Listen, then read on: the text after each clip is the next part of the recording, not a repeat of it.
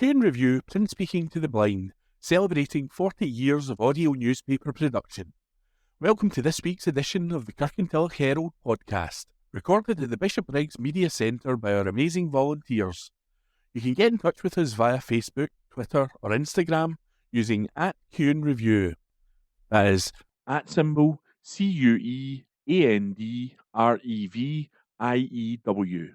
You can also contact us directly by emailing information@quenreview.com. That is INFORMATION @CuenDreview.com, or by calling 0141 772 3976. That's 0141 772 3976. This podcast, as published on Wednesday, the 16th of October 2024, is read to you by volunteers Alan, Gordon, Hunter, Ian, Jahan, Nikki and Philip. We hope you enjoy the podcast. Cinema reels in £10,000 grant. Kirky Cinema future secured by lottery grant. Report by Kevin McRoberts. A national lottery grant of over £10,000 has secured the future of Kirky Cinema for the next 2 years.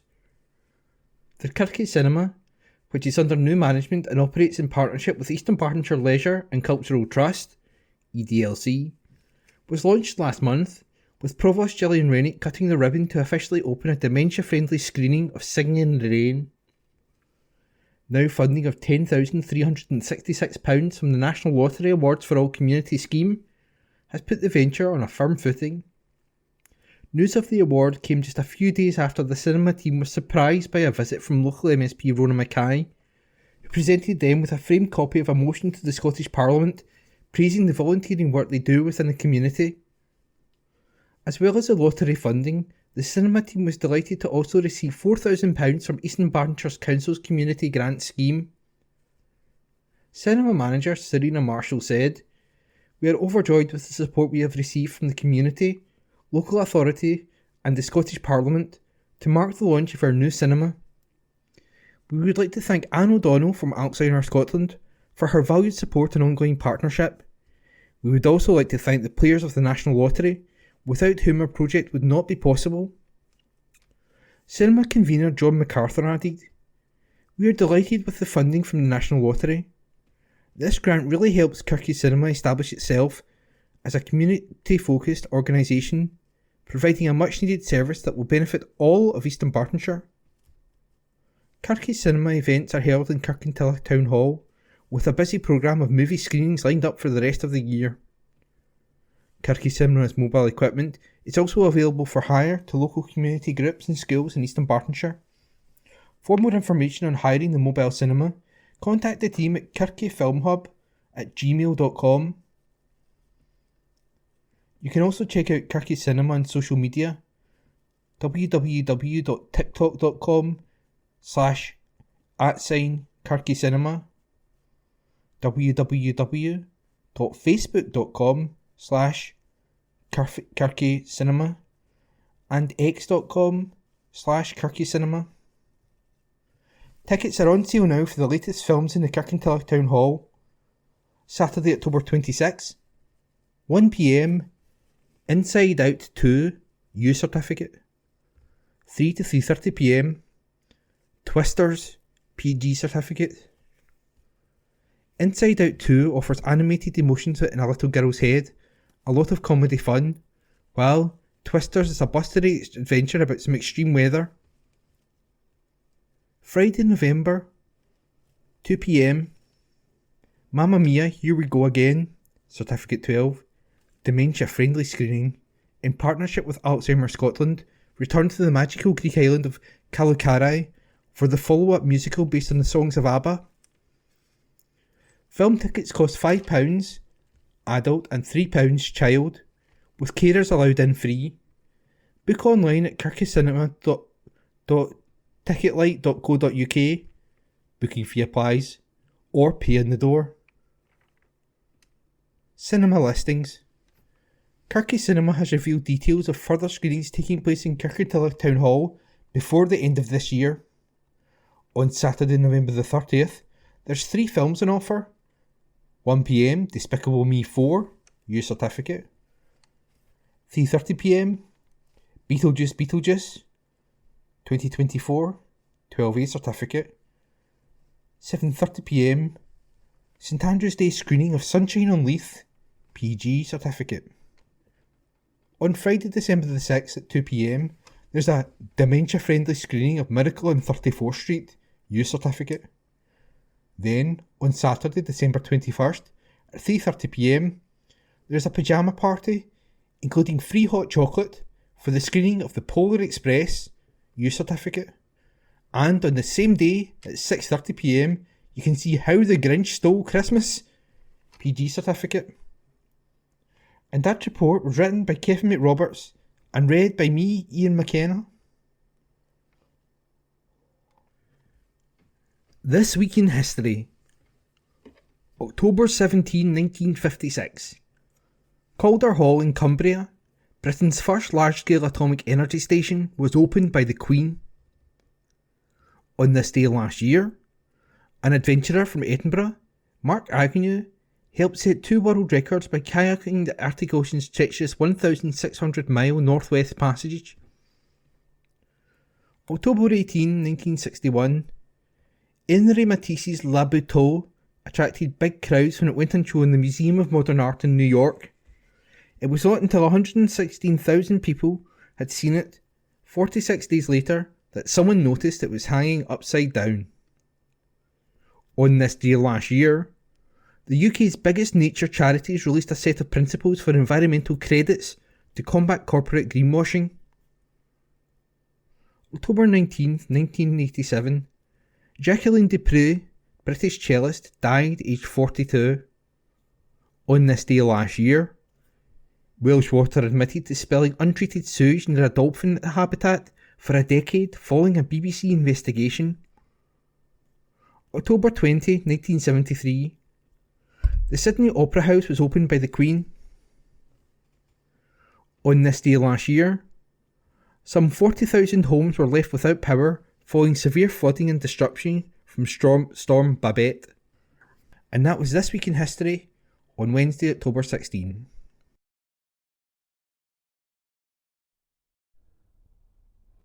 Provost's Challenge raises £600 by Kevin McRoberts. They swam, they trekked, they cycled, and they pickleballed, all in the name of charity. For the second year in a row, East Dunbartonshire's Provost Gillian Renwick and Deputy Provost Colette McDermott took on a summer sporting challenge, and this year they raised £600 for East Dunbartonshire Women's Aid. Generous family, friends, colleagues and local people supported the dynamic duo and a few other councillors as they completed 4 challenges over the summer. A community swimathon in the area's 3 leisure centres, Allender Leisure Centre, Kirkintilloch Leisure Centre and the Leisure Drome in Bishopbriggs. Local people were asked to donate lengths and they amassed a magnificent 30,904 lengths, smashing the 25,000 target. They did a 9-mile walk with members of Walk, Run, Cycle East Dunbartonshire that took in part of the John Muir Way.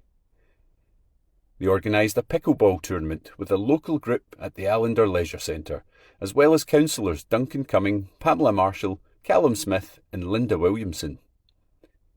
And an 18-kilometre cycle from Kirkintilloch Marina to Twecker, stopping to climb Bar Hill before cycling back to the marina.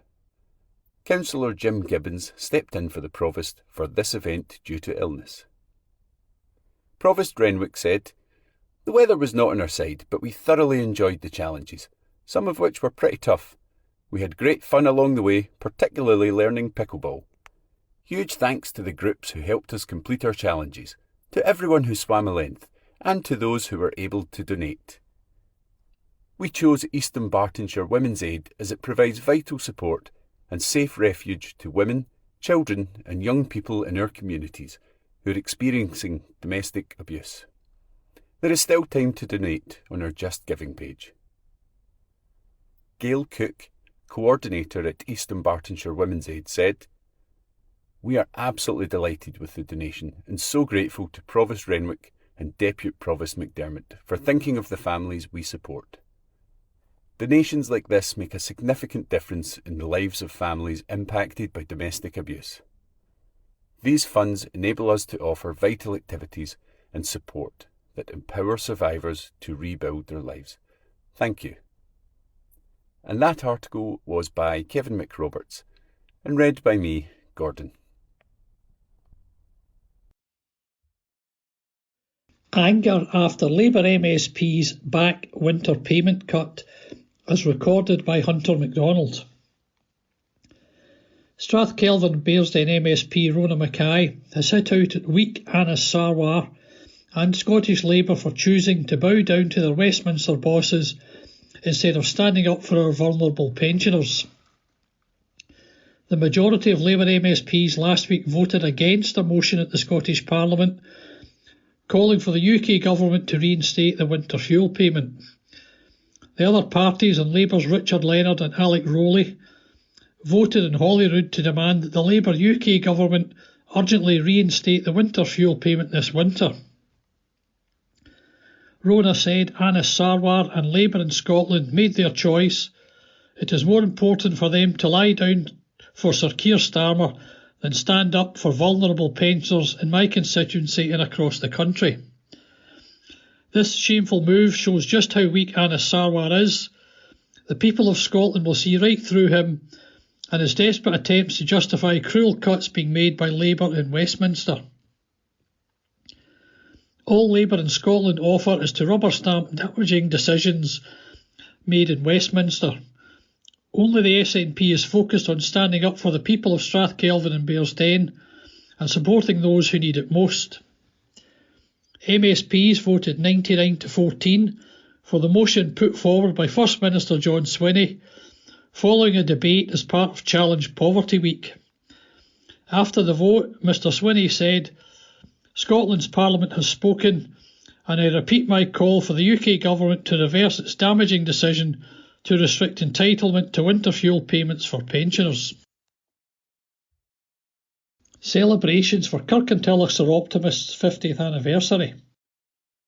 Kirkintilloch and District Sir Optimists International are celebrating their 50th anniversary and mark the occasion with an afternoon tea in the town's Broadcroft Hotel. More than 60 Sir Optimists and friends attended the gathering, one of several events celebrating the organisation's half-century milestone. Guest speakers were Rona Mackay, MSP for Strathkelvin and Bearsden, and Eastern Bartonshire's Provost Gillian Rennick.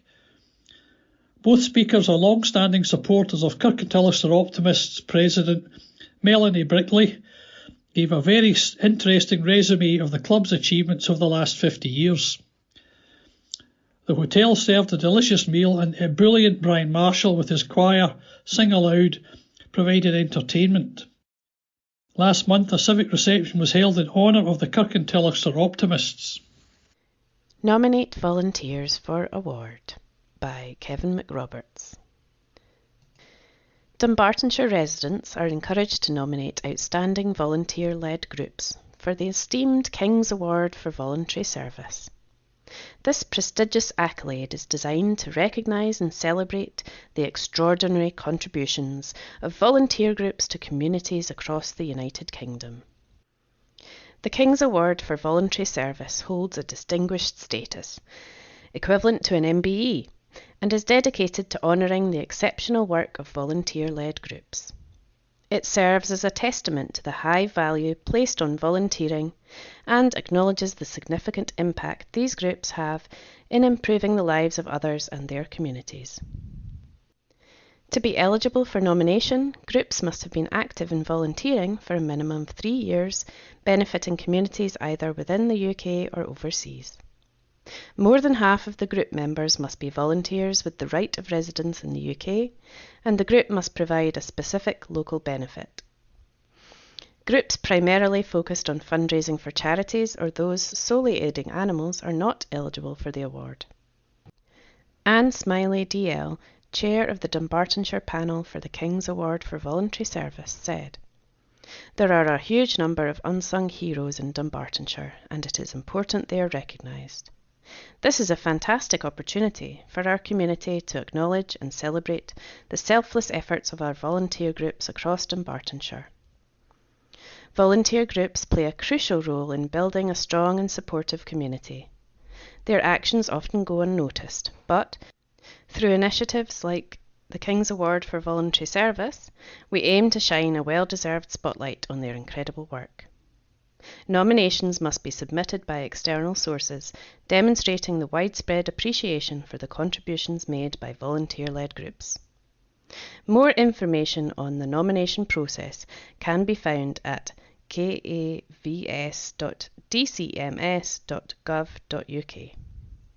Nominations for the 2025 awards must be submitted by the closing date of Sunday, December 1st. That article was written by Kevin McRoberts and it was read by Jahan. Colin's third award for excellence.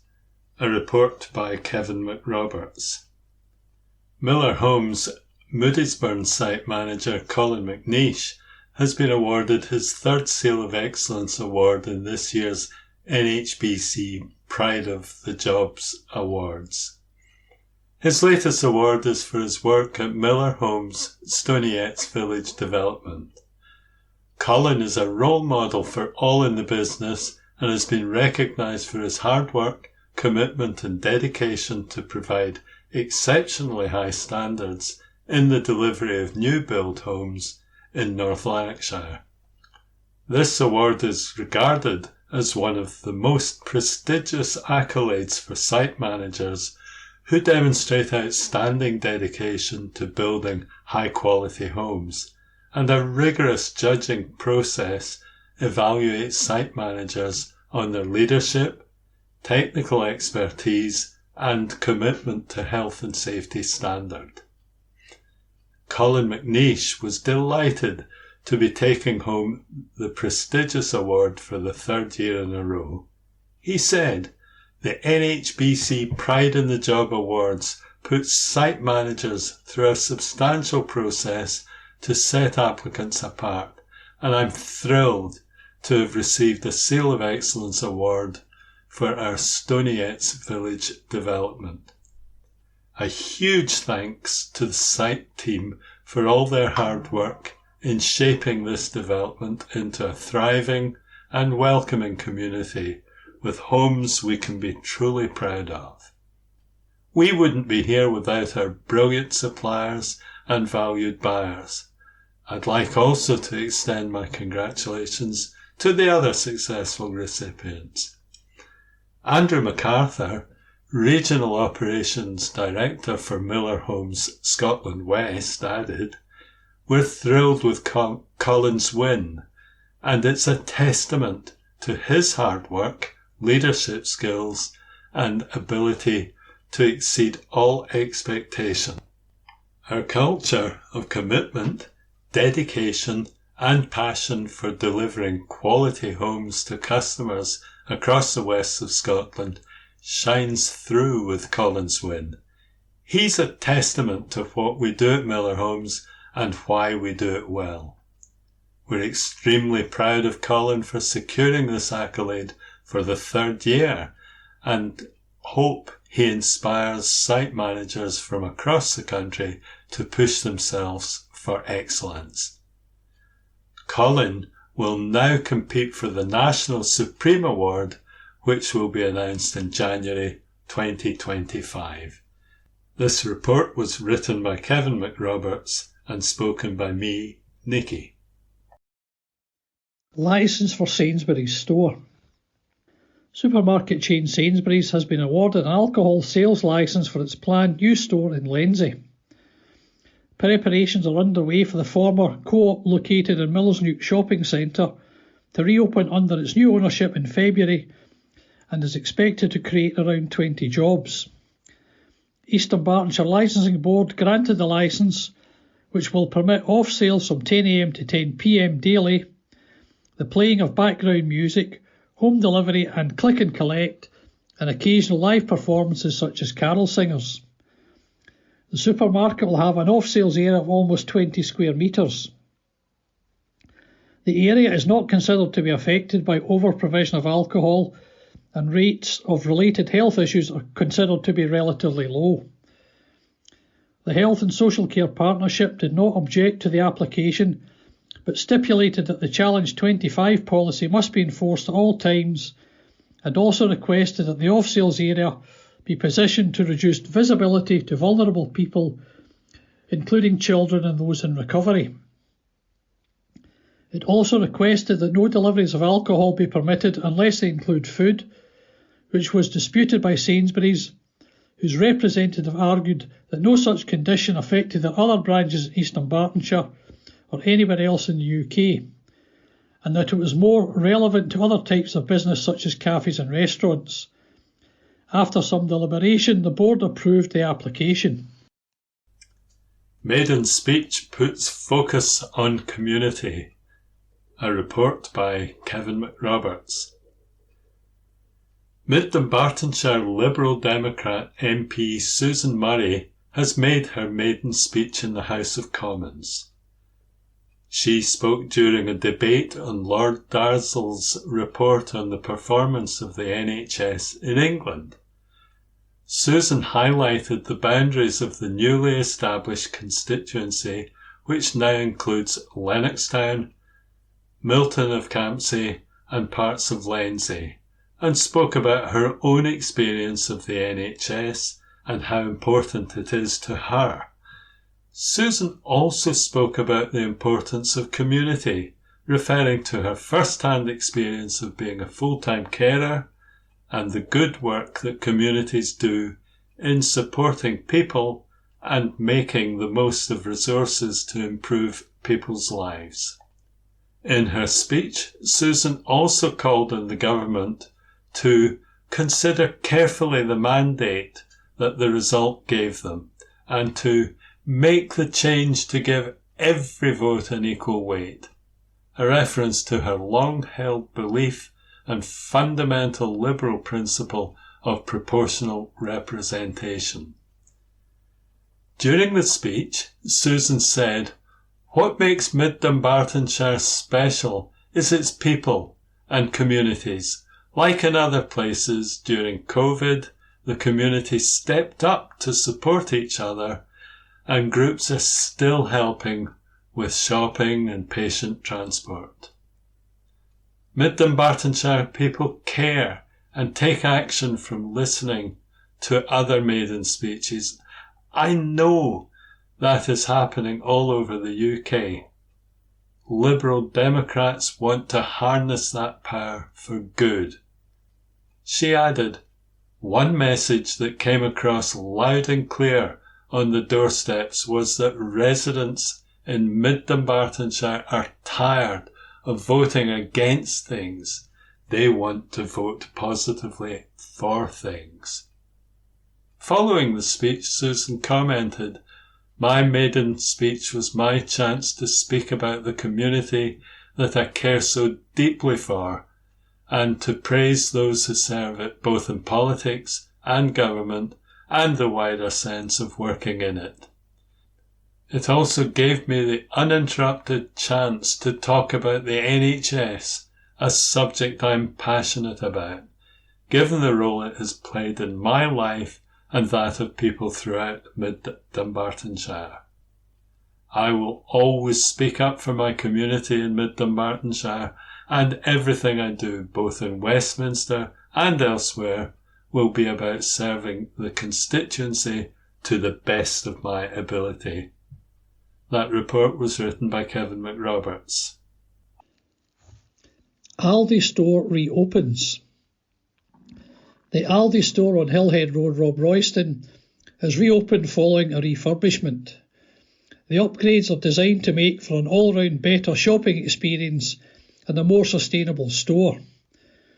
Changes include increased chiller space, complete with new fridge doors to reduce energy consumption, as well as additional space for Aldi's special buys, and redesigned health and beauty and bakery section to create a more modernised look. Teresa Johnson, manager of Aldi Rob Royston, said, "The store is looking fantastic and we are delighted to welcome back some familiar faces as well as new customers and supplying our local community with the everyday amazing products we have available." Aldi and Rob Royston currently employs 31 members of staff. Licensing decisions. A report by Neil McGrory. A new Chinese restaurant in Bishopbriggs has been granted an on-sales alcohol licence from East Dunbartonshire Licensing Board. The restaurant will open in previously empty premises on Auchenairn Road, which are being converted at a cost of around £150,000. It will employ 6 staff.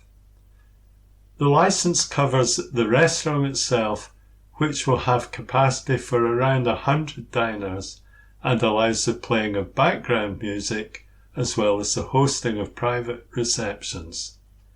Children will be admitted to the premises so long as they are accompanied by an adult.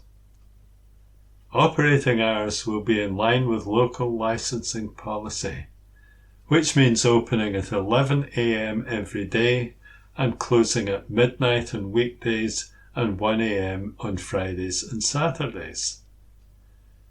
The Health and Social Care Partnership objected to children being permitted on the premises at all hours and instead requested that they leave by 10:30 p.m. or an hour earlier if unaccompanied, and that they also be kept away from the bar as well as larger groups of adults drinking alcohol.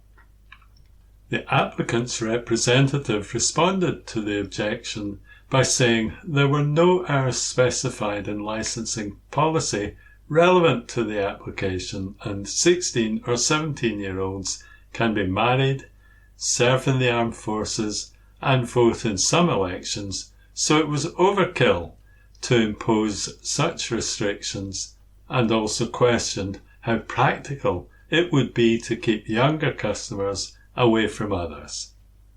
He also said the applicant, who run a small business in Anniesland, would run the restaurant in a responsible manner and would exercise discretion in allowing younger customers into the premises. Following a period of deliberation, the board unanimously granted the application. Meanwhile, a pub in Lenzie has secured permission from the board to extend its opening hours. The Old Gatehouse in Woodley Road, which is part of the Marston's chain, requested that it be permitted to change its Saturday closing time to 1 a.m. when it was previously 11:45 p.m. The updated licence also permits on and off sales from 11 a.m. on Sundays and the hosting of events in its car park and elsewhere on site. That report was by Neil McGrory. Rotary Initiative will help people wrap up this winter. Kirkintilloch Rotary Club is aiming to help keep people warm this winter. The club is taking part in an initiative called Wrap Up, which aims to provide warm coats for those who may need them during the winter months. It has set up 4 collection points in East Dunbartonshire and hopes to collect many coats for both adults and children. These will then be distributed to local charities and community organisations. Debbie Carmichael of the Rotary Club said, 2 years ago we gathered a huge number which went to nurseries, schools, the Ukrainian ship, homeless shelters and communities throughout East Dunbartonshire. Every coat counts in our quest to provide warmth and comfort to those in need. Our philosophy is, would you wear this? In other words, we make sure that every coat passed on is fit for purpose. We then sort them into different categories for gents, ladies and children, and they are distributed to charities and community organisations that provide frontline services to those in need. Collection boxes where people can donate coats are at Asda and Bishopbriggs, Sainsbury's and Calder's Garden Centre in Kirkintilloch, and Dobie's Garden Centre in Milngavie. Collections will continue throughout October and November. And that article was unattributed.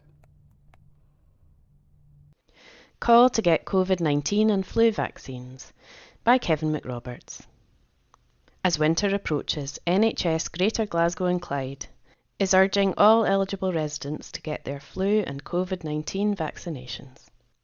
These jabs are crucial in staying protected and reducing the risk of hospitalisation during the colder months. The following groups are eligible for both the COVID-19 and flu vaccines this winter. Residents in care homes for older adults, those aged 65 and over, anyone at clinical risk from COVID-19 over 6 months old, frontline health and social care workers, and pregnant women at any stage of pregnancy. Dr. Amelia Crichton, Director of Public Health for NHS GGC, said, "Winter will quickly be upon us, and we are likely to see the seasonal viruses that can be serious for our vulnerable groups begin to climb. Every year we see people visit our hospitals who are incredibly unwell due to either COVID-19 or flu. Taking the vaccine significantly reduces the chances of that happening." NHS GGC has set up 20 local community clinics for eligible groups. Appointment times for eligible people have been sent out via mail or digitally, based on their preference. If the time doesn't suit, this can be easily rescheduled online at www.nhs.inform.scot/COVID-19-vaccine/rearrange-or-vaccination-appointment. To make vaccinations even more accessible, NHS GGC is launching a winter vaccination drop-in bus. This bus will visit areas with traditionally low vaccination rates, with one of the scheduled stops being on Thursday, October 24th, between 9 and 4 p.m, at Auchinairn Community Centre on Beach Road. That article was written by Kevin McRoberts. Bowling Club's charity donation. Lenzie Bowling Club has donated the proceeds of its annual fundraising activities to the charity Prostate Scotland. A mixed charity game and donations collected in the charity bottle at the bar raised the sum of £2,530, and the club has thanked members, friends, guests and visitors for their generosity. Elaine Stewart, niece of late Lenzie Bowling Club member Cecil Deacon, accepted the cheque on behalf of the charity. She manages the Compass Project, helping men and their families navigate prostate cancer, and the funds will help support this initiative. Elaine thanked the club and its members for choosing Prostate Scotland as its nominated charity for 2024 and for its amazing fundraising efforts. All Saints pupils hear of housing career options. A report by Kevin McRoberts. Staff from NG Homes connected with the employees of tomorrow during a Developing the Young Workforce DYW Careers Days in North Glasgow. Project Manager Greg Kahn and Housing Officer Joy Henderson joined representatives of other local and national organisations at All Saints Secondary School in Barmullach for their October Careers Carousel, promoting the Housing Association as an employer and the housing sector as a rewarding career.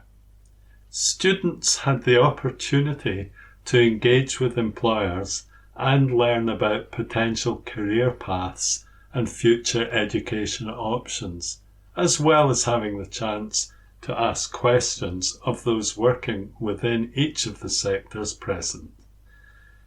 Staff from NG Homes spoke about their own backgrounds and the routes they took into housing.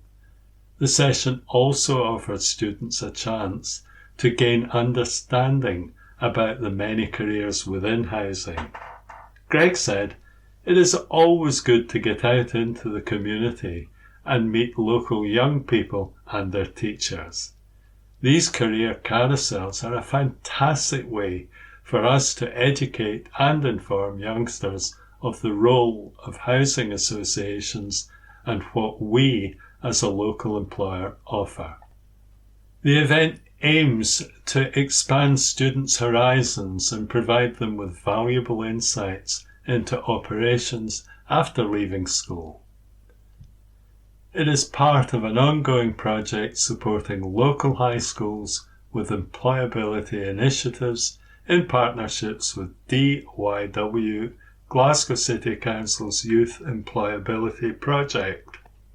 Through connecting with employers, the initiatives aim to empower students with the knowledge and confidence they need to take the next steps towards their future careers. Mrs. Farouk, principal teacher of DYW, thanked NG Homes for their long-standing support and commented, "Having local employers such as NG Homes attend is invaluable to our events, as they are based within our community, as well as having had some of our former pupils as employees. This collaboration not only provides students with real-world insights, but also fosters a sense of community and continuity. NG Homes is an organisation which has always taken the time to engage with our school community and area.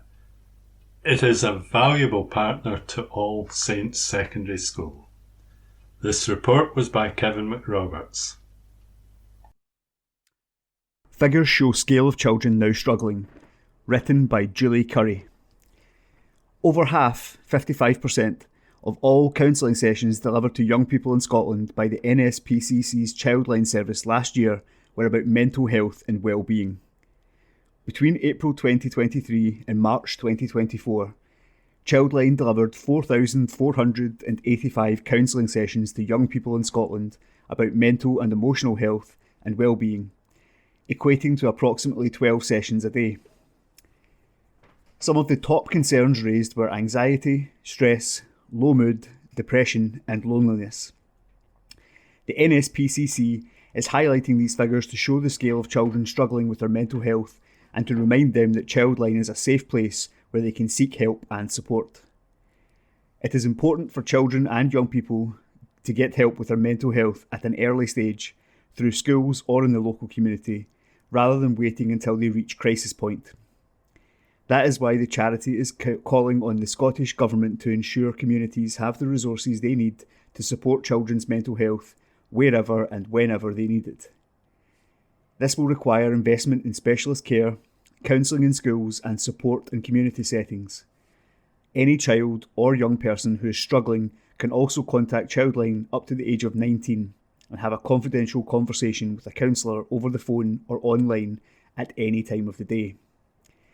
Adonai Aladi, service head of Childline, said, "Growing up can be tough at times, and our counsellors talk to children and young people every day to support them with their mental health and well-being. We'd like to remind young people that our friendly counsellors are here for them all day, every day, to talk about whatever is worrying them. They don't need to struggle alone. We can help. At the NSPCC and Childline, we believe mental health support should be available in all communities across Scotland and are calling on the Scottish Government to implement this to reach every pupil who needs help." The Childline website also provides support to young people on the advice pages or resources such as Artbox, which is a place for children to write or draw about their feelings. Children can also use the service's Calm Zone, an area of the website with lots of tools and mechanisms to help young people cope. Drawing or writing can be a helpful way for children to process their emotions, as it can enable them to express themselves and make sense of their situation.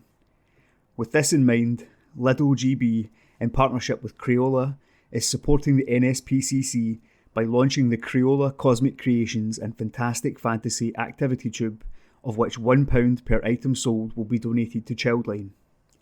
Charlie Day, Lidl CSR team manager, said, "We're delighted to sell activity tubes in Lidl GB stores that provide children with a calming activity and help them to express their feelings. Co-created by Crayola and Hunter Price International, the product will raise vital funds for Childline, and with the contact details on pack, ensure young people have somewhere to turn when they're ready to open up. Young people can contact Childline on 0800 1111 or via one-to-one chat on the Childline website. Written by Julie Curry, read by Alan Todd. Wednesday the 16th of October 2024, Kirkintilloch and Bishopbriggs Herald letters page. Let's talk. Please send your letters via email to kirkyherald@jnscotland.co.uk. That's KIRKYHERALD @JNScotland.co.uk and write letters in the subject field. Please keep letters to a maximum of 300 words. Letters cannot be published without a name and postal address. Also include a daytime phone number if possible. We reserve the right to edit any letter. Aid is aid. Sir, the Chancellor is quite correct to reduce foreign aid from 0.7% of GDP to 0.5%, as many countries who receive aid do not need it. India, for example, is sending rockets to the moon but ignores poverty on its doorstep, and the quickest way to get money into a Swiss bank is to send it to Africa, where corruption and terrorism are rampant. Foreign aid is about the need and the ability to get the aid to people who are unable to look after themselves and their family. Aid therefore needs to be targeted and policed to ensure that it goes to the correct locations and not to corrupt politicians, which, of course, is quite difficult, but that should not stop us from trying. Foreign aid is aid, not gold watches and Swiss bank accounts. Yours, etc., Hamish McIntyre, by email. Green silence. Sir, it is surprising that the hint from the Green Party that tax rises may see them back the SNP budget did not seem to include the £130 billion capital sum required to decarbonise Scottish homes. As this debt has increased by a factor of 4 in less than 5 years, it would appear imperative to commence the debt collection now as, if left until the election in 2026, the cost could aspire over above £200 billion. Is the deafening silence over this project a sign that the SNP have binned the project until work to dual the A9 has been completed? Yours, etc., Ian Moir, by email. E-bike dangers. Sir, fools rush in where angels fear to tread. This is certainly true of politicians egged on by the Green Brigade. They have rushed the UK into adopting battery farms, e-scooters, e-bikes and electric vehicles, saying they would save the planet whilst ignorant of the dangers, or more likely ignoring them. Lithium-ion batteries are prone to thermal runaway, explosions, and the resulting fires create highly toxic gases. The fires are hard to extinguish, so often have been left to burn out. London Transport and Rail Networks have banned e-scooters and e-bikes. Many countries have banned EVs from parking in multi-storey car parks. E-scooters and e-bikes have gone on fire in houses and flats. Councils must immediately ban e-scooters and e-bikes from council flats and multi-storey properties before there is another Grenfell Tower tragedy, and critically review planning applications for battery farms, which pose a toxic gas danger to those living within 5 miles. Yours, etc., Clark Cross, by email. Wrong priorities. Sir, ever since the SNP gained power under Salmond in the 2007 Scottish parliamentary elections, albeit with a minority administration, this northerly region of the UK has seen a marked decline in its governance. As we are all very much aware, when Scotland voted quite emphatically against independence in the 2014 referendum, Salmond immediately resigned, and since then we have had a succession of First Ministers. But nothing has improved in Scotland under this extremist political party at either Holyrood or local authority levels, or would it if the independence was ever achieved. We Scots have witnessed a marked decline in almost all public services, be they to do with health, education, welfare, transport, especially West Coast ferries, local authority functions. There is little room for cheer in this ill-functioning administration. We have all become accustomed to their pathetic cry that all problems are down to Westminster. If that is truly the case, then let us see the demise of Holyrood and leave Westminster to sort out all the problems which the SNP insist they have caused. Today I am certain that for most Scots voters, the 2026 Holyrood election cannot come soon enough. It is almost certain that we will see the demise of Scottish nationalism. The SNP got their priorities wrong. Yours, etc. Robert I.G. Scott. Address supplied. Make 'em pay. Sir, Rachel Reeves is looking to plug a black hole in UK government finance of £20 billion. She need look no further than foreign multinationals who, through the use of transfer pricing, choose to make their profit in low-tax countries like Ireland and Luxembourg and thus deprive the exchequer of revenue. Here are some examples. Amazon turnover, $33.6 billion. Net profit, £155 million. Starbucks, turnover, £547.7 million. Net profit, £21.7 million. If she were to tax these companies 10% of their turnover, it would generate around £4 billion, and then there are all the rest. Yours, etc., Colin McAllister, by email. There seemed to be some mixing up of the dollars and pound signs in that last letter, but I read it as it was printed. And that was this week's letters page on Wednesday the 16th of October. Please look out for hedgehogs. Written by Julie Curry. The British Hedgehog Preservation Society, BHPS, has issued top tips on how to reduce the risk of harming hedgehogs this November. BHPS is asking us all to stop, move and check. Stop. Do you need to have a bonfire this year? Can you attend a community event or mark the occasion in a different way? The fewer bonfires there are, the fewer wildlife casualties there are too. Move. If you do decide to have a bonfire, always build it on the day you plan to light it. Move all accumulated materials to a new site, as hedgehogs and other wildlife or pets may be hiding inside. Check. Before lighting from one side, check the entire bonfire pile carefully for wildlife and pets. Shining a torch inside the pile, gently lift each section with a broom.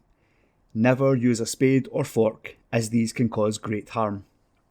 Faye Vass, BHPS Chief Executive, said, "As the nation gears up for bonfire and fireworks season, we are asking people to #remember hedgehogs and consider how our actions can harm the wildlife living in our gardens." A bonfire pile looks like the perfect ready-made home to a hedgehog seeking a safe and cosy winter nest to hibernate in. They don't know we plan to set light to it. This year, stop to consider if you could mark the season in a more hedgehog-friendly way. Taking a few minutes to think about wildlife can really help save the lives of hedgehogs, other wildlife and pets. It's vital to remember hedgehogs at this time of year and to give them the best possible chance to escape the danger of a lit bonfire that they've mistaken for a safe haven. If you do find a hedgehog in your unlit bonfire, gather it up with as much of the nest as possible and place it in a high-sided cardboard box with plenty of torn newspaper, toweling or straw. Ensure there are air holes in the lid and it is firmly secured. Put the box somewhere safe and quiet, such as a shed or garage, well away from the festivities, and offer the hedgehog some meaty cat or dog food and water. Once the embers are totally dampened down, release the hedgehog under a hedge, bush, or behind a stack of logs near where it was found, with its original nesting materials and some more food and water. Written by Julie Curry. Migration results in population rising. Scotland's population rose faster this year than any time since the 1940s. National Records of Scotland's mid-year population estimates for 2023 put the country's population at 5,490,100, up 43,100 from the middle of 2022. It is a 0.8% increase on the previous year and the biggest jump in 1 year since 1946 to 1947. Esther Roughsedge, head of Democratic Statistics, said, "The main driver of population growth was people moving here from abroad and other parts of the UK. Almost 2/3 of people moving here came from outside the UK. We also saw a fall in the number leaving. Without migration, the population would have fallen. Deaths outnumbered births by the highest amount on record. There were 19,100 more deaths than births. More than a fifth of Scotland's population were 65 and over, with 16% aged 0 to 15 years. Good day to you. It's Philip here from where am I from? I'm from Lenzie, and reading on behalf of Q and Review of the Church News under the District News of the Kirkintilloch Herald. First of all, today we go to Lenzie. In Lenzie Old Parish Church, Sunday worship begins in the church at 11 a.m. A creche is available for children under 3, and the Quilt and Craft Group meet every Wednesday 10 till 12 noon in the session room. Keen on sewing, knitting, crocheting, or just a beginner, all are welcome. The Thursday Club is on October the 22nd, 2 till 4 p.m. in the Church Hall. Teas, coffees, games, knit and chat. Scottish Country Dancing also meets every Thursday between 7:30 and 9:30 p.m. Enjoy fun and fitness. No need to book, just come along. That's all the news from Lenzie. Give it a try, drop in. I'm sure they'd love to have you. And then we move to Home Church, which is on Lammermuir Road in Kirkintilloch, and also they have a church in the East End as well, in Carlisle. And they also are online. It's a church for all ages. For I, the Lord your God, will hold your right hand, saying to you, fear not, I will help you. That's from Isaiah. Sunday, October the 20th, 9:30 a.m. and 11:30 a.m. is the church services, followed by refreshments. A warm welcome awaits you at either service, which will be identical in as means each songs, etc. will be the same in each of the services, so you only have to attend one of them. Or none of them if it's not your fancy. But they're a great church, I know them well. Sunday School and Crest available at both services. Home Church in Carlisle, if you fancy travelling to Carlisle, they have a worship service at 10 a.m.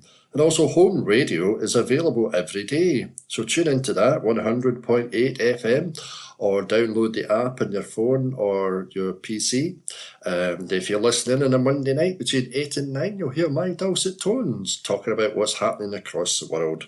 And then on Tuesday, the Engine Room, 9:30 a.m. for biblical teaching, also online as well. Tuesday, 2:30 to 4 p.m, Bible study on Judges on Zoom. Wednesday, the Boiler Room for prayer and Bible study and online. Then Thursday, there's football. Friday, craft and coffee. Friday, Youth Fellowship meets at 7:30 p.m. See Facebook, Instagram and Home Church website for the latest information for Carlisle and Kirkintilloch. And now we move to Bishopbriggs, the St James Church in Hilton Road. Bishopbriggs, the minister there is Paul Watson. And on Saturday, October the 19th, Dads and Kids is held from 10:45 to 12 noon, and there's a great chance for dads with their young children to get together around some banter, butter rolls, or should I say bacon butter rolls, and coffee while the kids play. On Sunday, October the 20th, there will be a Sunday club at 10:30 a.m. There's a communion service at 11 a.m, and on Thursday in the chapel, and on Sunday, October the 20th in the chapel at 9 a.m. and at 10:30 a.m. in the church. Everyone is welcome to come along to any of these services. Do stay on for tea, coffee and fellowship afterwards. There are also other virtual services and groups. For up-to-date further information, refer to their social media. Facebook is St James the Less Bishopbriggs, and the website is, yes, you guessed it, all the W's, stjamesbishopbriggs.org.uk. Now, back to Lenzie and to Lenzie Union Parish Church. The Sunday service on October the 20th at 11 a.m. will be led by Mr. John Nicholson. Young people are also welcome at Lighthouse and Bible class. And a live stream of the service will be available on YouTube. Silver Movers dance exercise takes place at 1:30 p.m. to 1:30 p.m. to 2:30 p.m. We can't do that the other way around because you've got to, otherwise you'll be coming when you're going. Yes, and they meet in the Old Hall on the first and third Monday of each month. Come and dance, relax and enjoy. Contact Claire on 0742 1257 2. The Guild meet on Monday, October the 21st at 7:30 p.m. in the new hall. James Carmichael will be speaking about polio. The meeting place opens for tea, coffee and home baking every Wednesday, 10 a.m. till 12 noon in the new hall. Everyone from the young to the very young in heart. It's welcome. Yes, you are welcome to attend. We also have a good selection of greetings cards and second-hand books for sale. Then the Lenzie Bridge Club is on Wednesdays in the Old Hall at 1 till 3 p.m. Come and play this classic game. Stay curious, try Alpha, explore the Christian faith together. Each session explores a big question of life, faith and purpose, starting in October, Wednesday afternoons from 1:30 p.m. in the new hall. And all are welcome. A video presentation will be presented and there will be light refreshments. Contact Claire again on the number I gave you and she would love to hear from you. And I've been to one of these Alpha courses. They're very interesting and very enlightening and encouraging to be around people who maybe have the same questions that you're asking about God. Why God? Why life? Why the world? So come along, pop into that. To the coffee pot as well. It opens on Friday for tea, coffee and home baking. A warm, friendly atmosphere for all ages. And the Kirkintilloch Male Voice Choir concert is on Saturday the 26th at 7:30 p.m. Tickets £8 each or 2 for £15. It includes a light supper supporting Crossreach and the Lenzie Church. Tickets available from the Lenzie Union meeting place, coffee pot at lunchtimes, and with Andrew King Opticians. Back to Kirkintilloch and the Church of God at Regent Hall, Regent Street on Sunday. There will be a good news service at 4 p.m. A speaker will be Tony Smith. A warm welcome to all. On Wednesday, Coffee Corner is open from 12 noon to 2 p.m. for home baking and coffee. Join our friends and neighbours for a coffee and a chat. Everyone is welcome. For up-to-date and further information on their services, visit their website. Yes, you guessed it, www.regenthall.org. And our Bible passage says, we all like sheep have gone astray. Each of us has turned to his own way, and the Lord has laid on him the iniquity of us all. Yes, if you want to know more of that about, contact Church of God. And staying in Kirky, St Mary's Parish Church, the service on Sunday, October the 20th will begin at 11 a.m. as usual and will be taken by the Reverend Dr. Ruth Morrison. There will be age-appropriate activities for young people in the church halls during the service. Wednesday, welcome. Yes, Wednesday, welcome it's called. Continues on Wednesdays, would you believe, October the 16th, when tea, coffee and home baking is available from 10 a.m. until 11:30 a.m, when a short service takes place. The craft group also continues on Monday, October the 14th, beginning at 2 p.m. On Saturday, October the 19th, there will be a family games day held in the church halls between 11 a.m. and 2 p.m. All ages are welcome for this fun day. Tea and coffee will be available during this time, and rolls with bacon or sausage will be available as well from 12 noon. Ooh, I like our roll and sausage. Yes, and drop in and stay all day or just enjoy the atmosphere and refreshments for a short while. On Wednesday, November the 6th, we will hold our monthly open doors when the church will be open to the public and anyone else who's passing by the main street in Kirkintilloch at 10 a.m, 10:30 a.m. is until 3:30. Yes, and there'll also be tea and coffee available between these times. At 12:30 there will be an organ recital by David Burns, the church organist. Now we move to Bishopbriggs again. The Reverend Leslie Grieve will lead us in the morning worship at Sunday, beginning at 11 a.m. That's Kenmure Parish Church. Let's get my tongue round that one. Visitors to the area will be made welcome when they join us for our Sunday morning worship. You can attend either in person or online on our YouTube channel. The service on YouTube can be watched live as it is streamed or later at a time that suits you. You can find our channel by simply searching for Kenmure Bishopbriggs on YouTube. There will also be a period of fellowship. And fellowship, if you're not fully understanding, means just getting together and having a blether afterwards. In the hall, when teas, coffees and juice and biscuits are served. That's one of the things about churches, there's always tea and coffee. Most of our organisation groups are up and running again after the summer break. The most up-to-date details of all our groups that are currently running may be found on the WhatsApp section on their website. Yes, and you guessed it, kenmure-church.co.uk. To find out more, check out their Facebook, search for Kenmure Parish Church. And if you'd like to join their group, WhatsApp group, etc., or receive the Bible studies, then email them at kenmurechurch@icloud.com. Now to Springfield Cambridge Church. Morning worship on Sunday, October the 20th, will be conducted by the Reverend Mackenzie. That's Gordon Mackenzie in the sanctuary.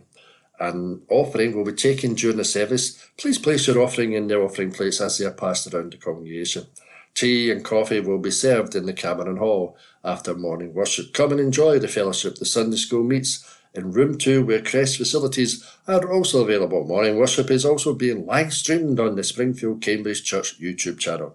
A link to this can be found at all the W's, springfieldcambridge.org.uk, and on Facebook page, where up-to-date information about events and church organisations can also be found.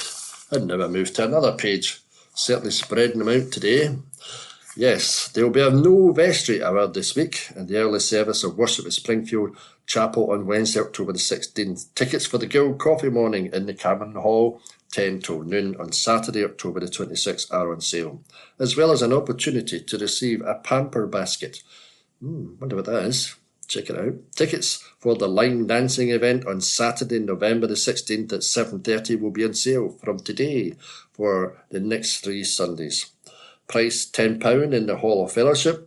Lodging House Mission Christmas cards will be available every Sunday from October the 27th in the Hall of Fellowship. We will also be happy to accept monetary donations which help to offset the cost of the meals which the Lodging House Mission provides on a daily basis to homeless people. It's a worthy cause, and the Lodging House Mission do a great work. The Guild is inviting the congregation to join them supporting the Eastern Berkshire Food Bank, another great thing to support, by bringing donations and leaving them in the cupboard in the cloakroom. And as usual, there'll be a list there for things they specially need. And the ticket office for Springfield Cambridge Festival Chorus Christmas concert is open at Cadder South Hall on Wednesdays and Fridays between 10 and noon. The annual dedication service for the Boys Brigade and Girls Brigade will be on Sunday, November the 3rd at 11 a.m. in the morning. Now to Kirkintilloch. St Columba's Men's Club. If winter comes, can spring be far behind? So asked John Keats in his ode to autumn.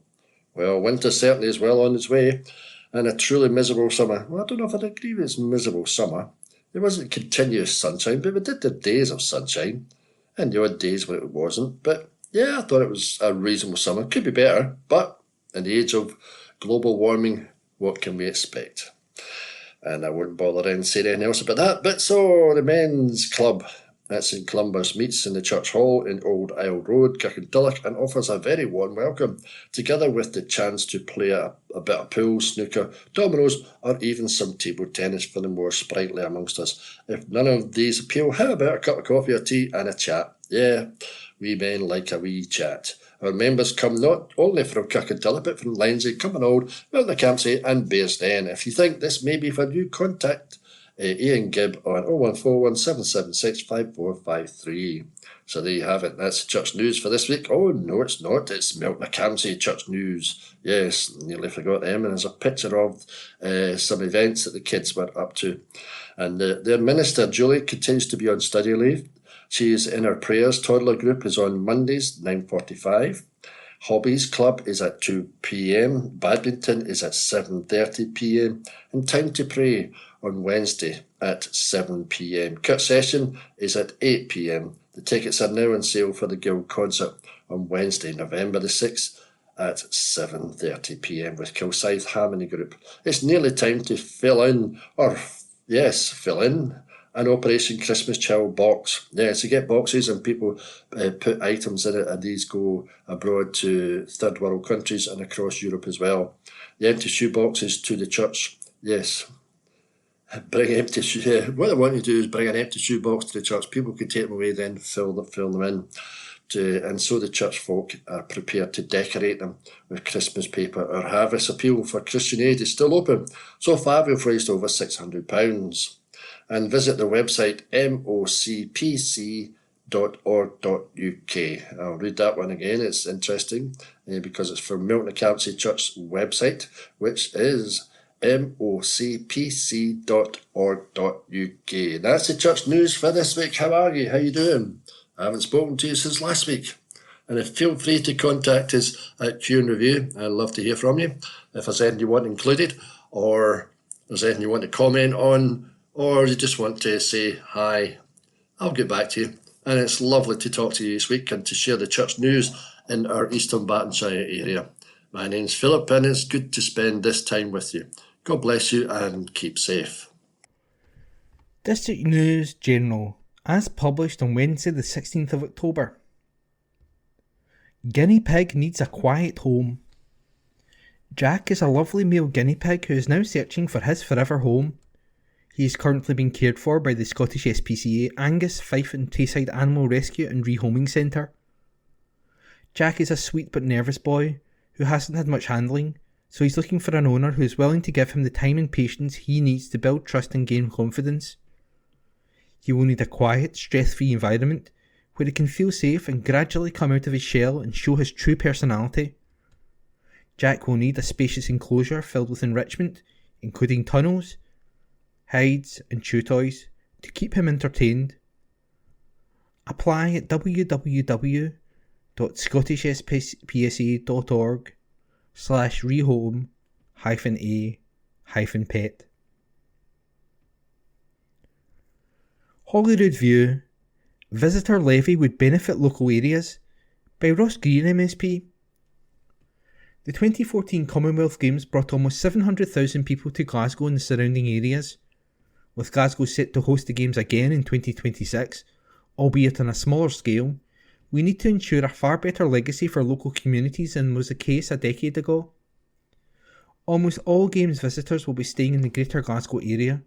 This gives the Council an opportunity to raise some much needed funds for local services by using a new power secured by the Scottish Greens.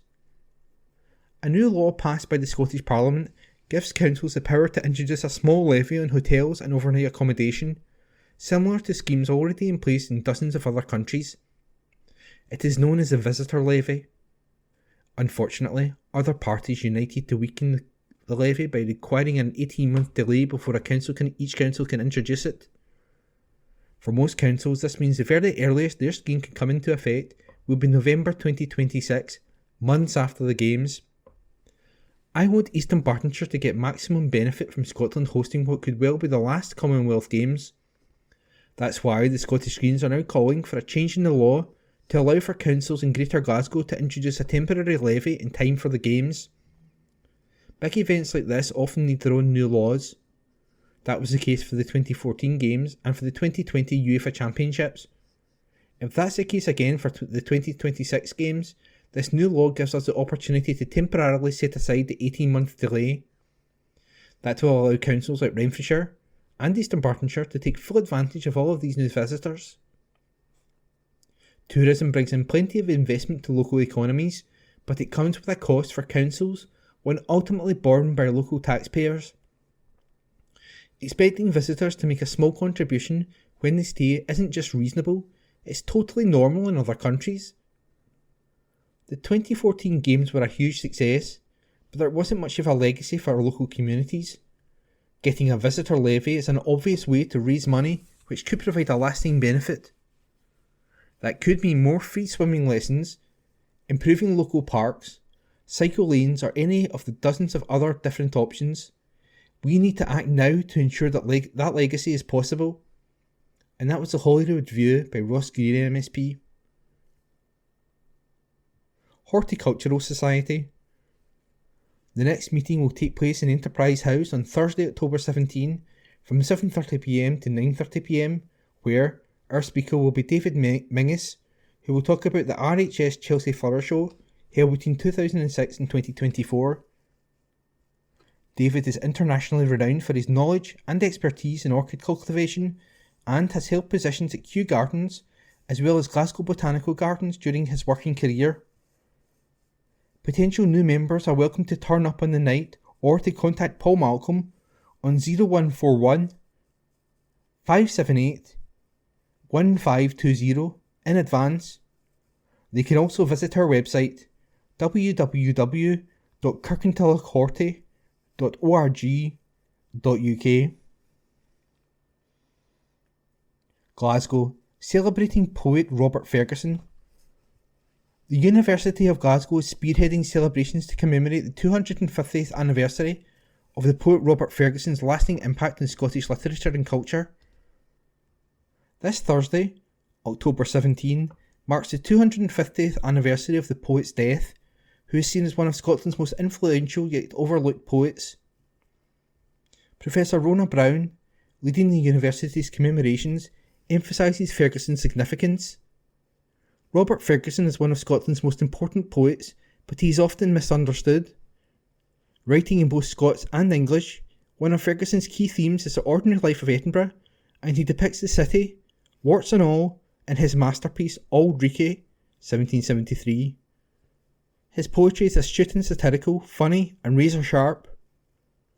As part of the tributes, the University of Glasgow College of Arts and Humanities podcast Stories from Glasgow, www.gla.ac.uk/artspodcast, offers insight into Ferguson's life and work.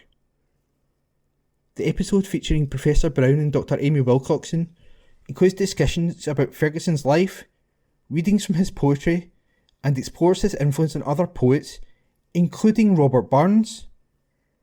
And that was this week's District News.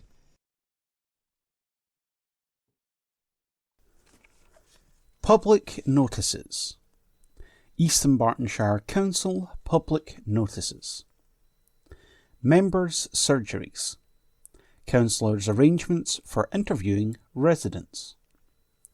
Ward 7, Bishopbriggs South, Councillor Gordon Lowe. Bishopbriggs Library and Community Hub, Room 1, Saturday the 19th of October 2024, 11:15am until 12 noon. Councillor Gordon Lowe, Auchnairn Early Years and Community Centre, Room 1, Saturday the 19th of October 2024, 12:30pm until 1:15pm. Ward 7, Kirkintilloch East and North and Twecker, W/C 14th of October 2024. Councillor Stuart MacDonald. Twecker Healthy Living Centre, Wednesday the 23rd of October 2024, 5:30pm until 6pm. Councillor Stuart MacDonald, Hillhead Community Centre, Wednesday the 23rd of October 2024, 6:15pm until 6:45pm. Between surgeries, councillors can be contacted at the Members Support Unit on 0300 1234510. Goods Vehicle Operators Licence. Stephen Arbuckle, trading as Arbuckle Utilities Limited of 18 Gartlock Way, Gartshore, G69 8FH, is applying for a licence to use Wall Flat Farm, Calfmuir Road, Kirkintilloch, G66 3JZ, as an operating centre for 4 goods vehicles and 0 trailers. Owners or occupiers of land, including buildings, near the operating centre who believe that their use or enjoyment of that land would be affected should make written representations to the Office of the Traffic Commissioner, Quarry House, Quarry Hill, Leeds, LS2 7UE, stating their reasons, within 21 days of this notice. Representers must at the same time send a copy of their representations to the applicant at the address given at the top of this notice. A guide to making representations is available from the Traffic Commissioner's Office. City had to settle for just a point. This article is written by Brian Yule and it's being read by me, Corey. Glasgow City defender Amy Muir admitted to being a bit frustrated despite her side leaving Ibrox with a point on Saturday. The visitors took the lead against the SWPL1 leaders Rangers after 15 minutes. Brenna Lavera went on a run from her own half, with the ball breaking for Emily Whelan to score her 5th goal in 5 games. City remained on top in the first half, and only a brilliant save from Jenna Fife denied Lavera from doubling their advantage before the break. Rangers ramped up the pressure as they looked to get back on level terms in the second period. City keeper Lee Gibson did well to keep out Katie Wilkinson and substitute Rio Hardy, but eventually the breakthrough came. On 73 minutes, Wilkinson and Hardy combined inside the box, and it was the latter who found the net from close range. The hosts could have still won, notably with a late chance from Nicole Kozlova, but City were able to hang on for a share of the spoils. Muir told the club's media team, "I think we come away a bit frustrated. It wasn't 3 points. Maybe if we took one more of those chances we created in the first half, it could be a different game." It was really tough. The team gave absolutely everything, so a bit disappointed. But we'll take the point and move on. These games against Rangers and Celtic are huge. However, the games against the other sides are difficult as well. It is still early in the season, so we just need to keep building and get better as we go.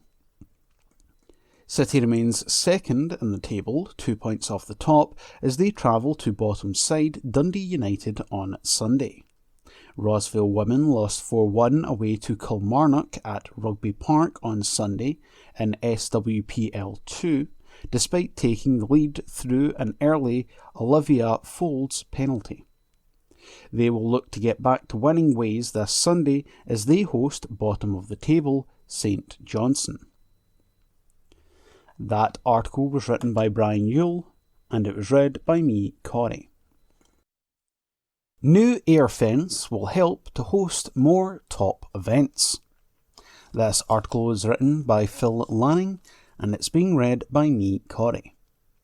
More world-class events are set to be hosted at Ashfield with the installation of a new air fence this winter.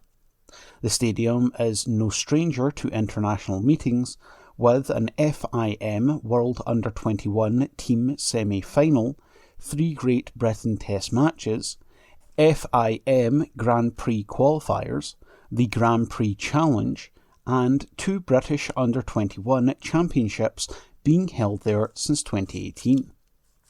Now, the Facina family are planning to host more top drawer events thanks to fulfilling a requirement of a new FIM endorsed air fence for the 2025 season. Glasgow Tigers owner Jerry Facina said, "We are delighted to have invested further into the Tigers with the purchase of the new fence. That will be installed during the winter months to bring Ashfield once again up to FIM regulation standards. We must pay huge thanks to the Glasgow Tigers supporters group and Tigers Plus. Both fan associations have contributed heavily into the purchase of the new fence, and we're hugely grateful for their dedication and generosity. Further to that, we are very keen still to generate further funds to offset this investment. We are now inviting local companies or fans to take the opportunity to benefit from taking a full fence panel advertising on the fence. Why not have your very own lifetime fan panel with whatever you want on it? If anyone wants to get involved, they can contact the club and we can make that happen. There will be further extensive renovations made at Ashfield before the start of next season. Work has already started on the new junior track in the centre of the main circuit. There are also other track alterations and improvements in other areas of the stadium. Vicina added, so much hard work has gone into rebuilding Ashfield Stadium with over £3 million spent since the end of 2014.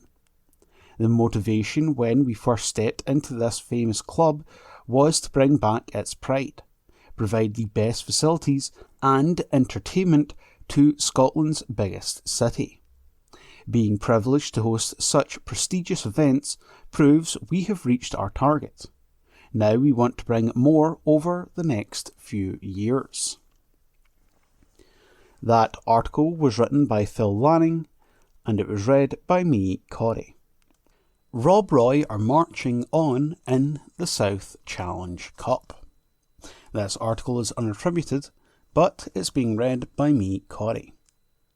Kirkintilloch Rob Roy are through to the fourth round of the South Challenge Cup with a 2-1 win at home to Whitehill Welfare. The hosts created a number of chances in the first half, but couldn't make the breakthrough as it remained goalless at the break. That all changed 9 minutes into the second period, when Jake Sterling struck the opened following a scramble in the box. I apologise, that's how the sentence is written. Welfare got themselves level, but Rob Roy won it several minutes from time when they got a corner and substitute Jordan Perry sneaked in at the near post. Perry told the club's YouTube channel, "First and foremost, obviously it's good to get in the hat for the next round. We did well in this cup last season, so a win's a win. But overall, I thought we played well. To be honest, we could have scored a few more goals as we created decent chances. But, as I say, just good to in the next round." Again, I apologise, that is how the sentence is written. James Bowman would also try to claim the winner, but Perry was having none of it. He said, "Subs are there to come on and make impact, and I probably would have had another one, but it was a good save by the keeper." Bowman tried to take it, but that's ridiculous, so it's good to get a goal when you come on from the bench. Rob Roy made it all the way to the final last season, and are still waiting to find out their opponents in the next round, with the match due to be played next month.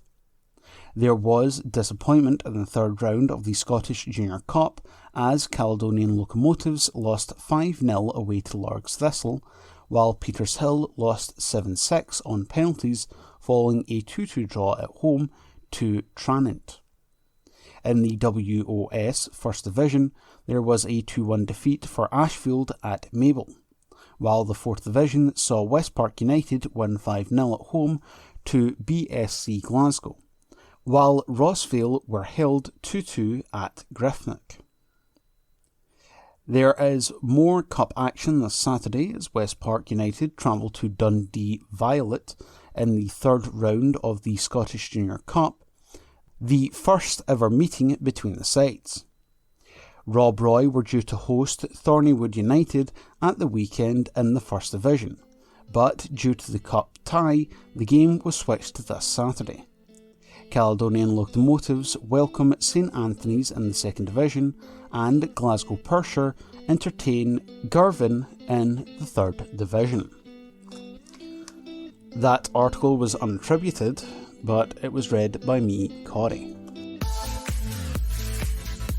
That concludes this week's edition of the Kirkintilloch Herald podcast. Please remember to subscribe to our channels at Tune Review and to tell your friends about our service.